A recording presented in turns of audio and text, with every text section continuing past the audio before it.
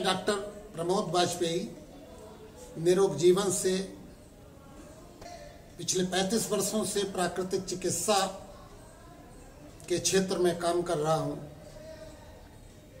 मैंने एक नई श्रृंखला शुरू की है स्वास्थ्य में आत्मनिर्भरता की ओर। यदि आप चाहते हो कि आप स्वस्थ रहते हुए आनंद पूर्वक लंबी आयु जियो, यदि आप चाहते हो बिना थके देर तक काम करो, यदि आप चाहते हो शरीर में दिन भर चुस्ती फुर्ती उमंग उत्साह जोश बना रहे, तो केवल और केवल एक ही रास्ता है कि आप प्राकृतिक चिकित्सा की शरण में आओ और अपने चिकित्सक खुद बनो। आप जानते हो, पराधीन सपने हूं सुख नहीं। जो व्यक्ति डॉक्टरों पर निर्भर है वो कभी ठीक नहीं रह सकता। सामान्यतः डॉक्टर्स आपकी गलती नहीं बताते, आपको दवाइयां बताते हैं, आपको जांचों के लिए कहते हैं और नहीं तो बाद में ऑपरेशन की बात करते हैं। प्राकृतिक चिकित्सा दुनिया की एकमात्र ऐसी चिकित्सा प्रणाली है जो आपको बीमार होने से पहले बीमार होने की संभावना खत्म कर देती है। जीवनी शक्ति कैसे बढ़ाई जाए, रोग प्रतिरोधक शक्ति कैसे बढ़ाई जाए और शरीर का शोधन कैसे किया जाए, डिटॉक्सिफिकेशन कैसे किया जाए। आप जानते हो, रोगों का कारण बैक्टीरिया बताते हैं। अगर हम शरीर का शोधन कर दें तो शरीर में ना तो गंदगी रहेगी और ना उस पर आने वाले कीटाणु रहेंगे। बजाय हम कीटाणुओं को मारें और गंदगी ना निकालें तो कीटाणु और आ जाएंगे और उसके लिए गोली कैप्सूल इंजेक्शन ऑपरेशन। बजाय इससे हम समझें अपने शरीर की प्रकृति को, जो कफ पित्त और वायु से बनी है। हम सीखें कि कौन से फल, कौन सी सब्जियां, कौन से मसाले, कौन से ड्राई फ्रूट्स, कौन से अंकुरित अनाज और आसपास जो दिखाई देने वाली वनस्पतियां हैं, नीम है, तुलसी है, विभिन्न पौधे हैं जो औषधीय गुण रखते हैं और उनका क्या गुणधर्म है। यदि हम ये बात थोड़ी सी समझ लें तो हम अपने भोजनालय को चिकित्सालय बना लेते हैं। हमने ये पूरा कोर्स महिलाओं के लिए समर्पित किया है। अगर महिलाएं मात्र 90 दिन 1 घंटा रोज देके इसे समझ ले तो आप देखोगे कि घर में बीमारियां बंद हो जाएंगी। आपको बताएं, आधे से ज्यादा बीमारियां जैसे कब्ज, गैस, एसिडिटी, दर्द, बालों का गिरना, त्वचा का खराब होना, थकावट रहना, आलस, सुस्ती, कमजोरी, ढीलापन शरीर में रहना, ये हमारे आहार विहार की वजह से होता है। अगर हमारा आहार विहार सही है, हम नियमित व्यायाम करते हैं, तो आप देखोगे कि आप ज्यादा स्वस्थ रहने लगे। आपकी मेहनत का पैसा उन अनावश्यक जांचों में नहीं जा रहा, डॉक्टर की सलाह में नहीं जा रहा। और ये महिलाओं से अच्छा कोई नहीं कर सकता। भारत की 50% आबादी महिलाओं की अगर अपनी चिकित्सक खुद बन जाए, और मैं भरोसा दिलाता हूं कि पूरा मार्गदर्शन और हमेशा मिलता रहेगा।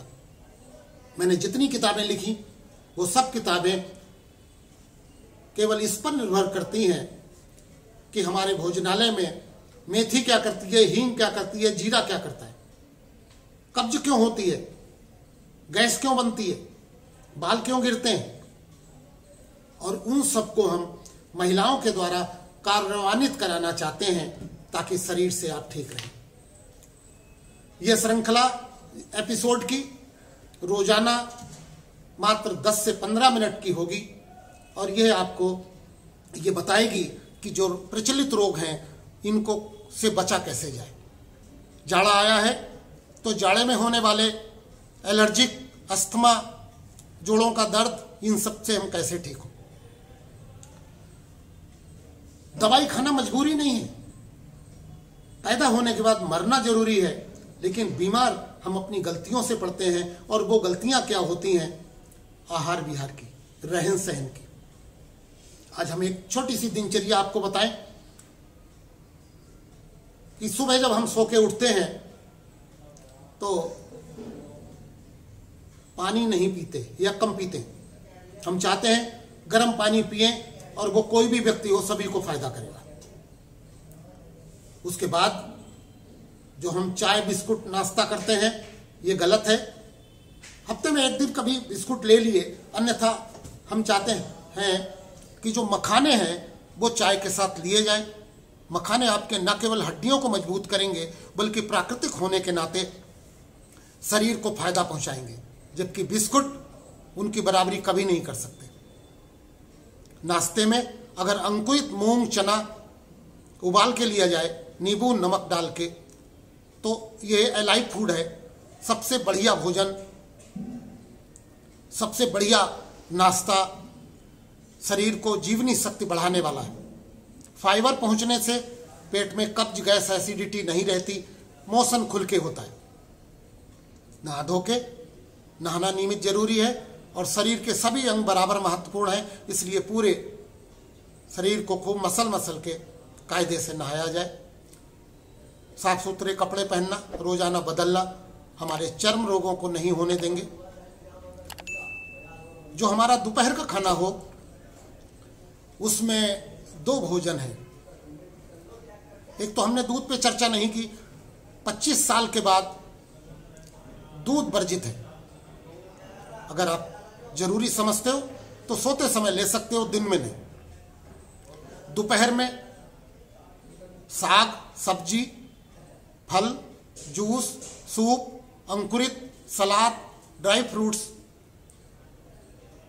हो सकते हैं, लेकिन अनाज कम से कम होगा, क्योंकि अनाज जो ज्यादा खाते हैं उनका शरीर तो बढ़ता है, शरीर में चुस्ती फुर्ती कमजोर होती है। हम इतना श्रम नहीं करते, परिणाम होता है कि वो अनाज पचा नहीं पाते और भूख कमजोर हो जाती है। और बिना भूख के खाना तो शरीर के साथ अत्याचार है। कड़ी भूख लगे तब आप भोजन करो। इसके अतिरिक्त अगर वजन ज्यादा है, डायबिटीज है, बीपी हाई रहता है, तो सेंधा नमक इस्तेमाल करो, सफेद नमक इस्तेमाल न करो। खाने से पहले थोड़ा पानी पिया, उसके बाद सलाद खाया, फिर सब्जी खाई।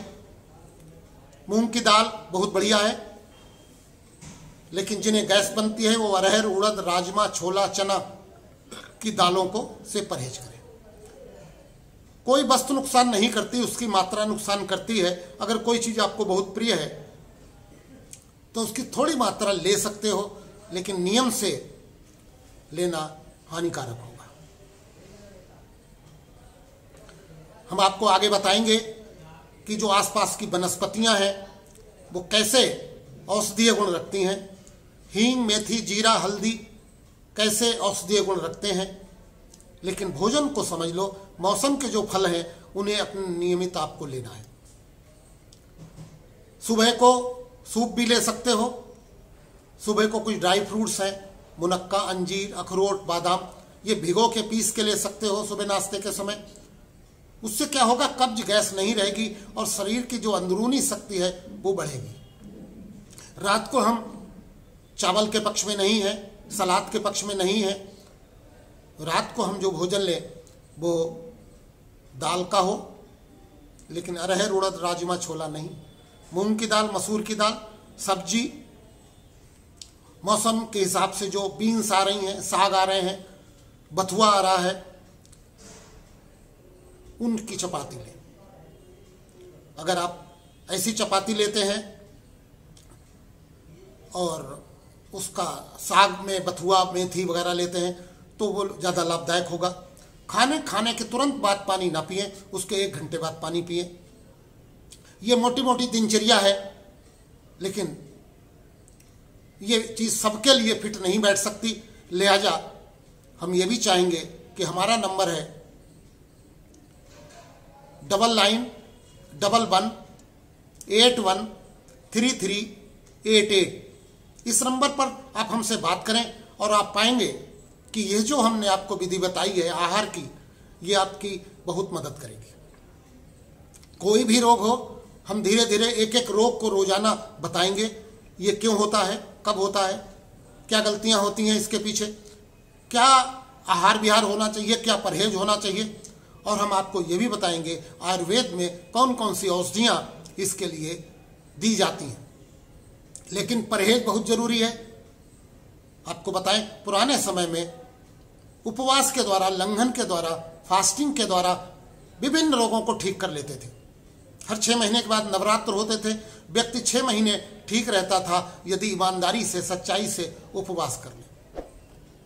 लेकिन ध्यान रखो, शरीर का शोधन, डिटॉक्सिफिकेशन, आहार प्रकृति के अनुरूप और नियमित व्यायाम, ये दवाइयों से कई गुने ज्यादा अच्छे हैं। इसमें खर्चा कुछ नहीं होता और आप दिन भर स्फूर्ति से रहते हो। हमने अपना नंबर आपको दिया है, आप हमारे नंबर पर कभी भी बात करके निःशुल्क परामर्श ले सकते हो और धीरे धीरे हम आपको आगे भी मार्गदर्शन देते रहेंगे। धन्यवाद।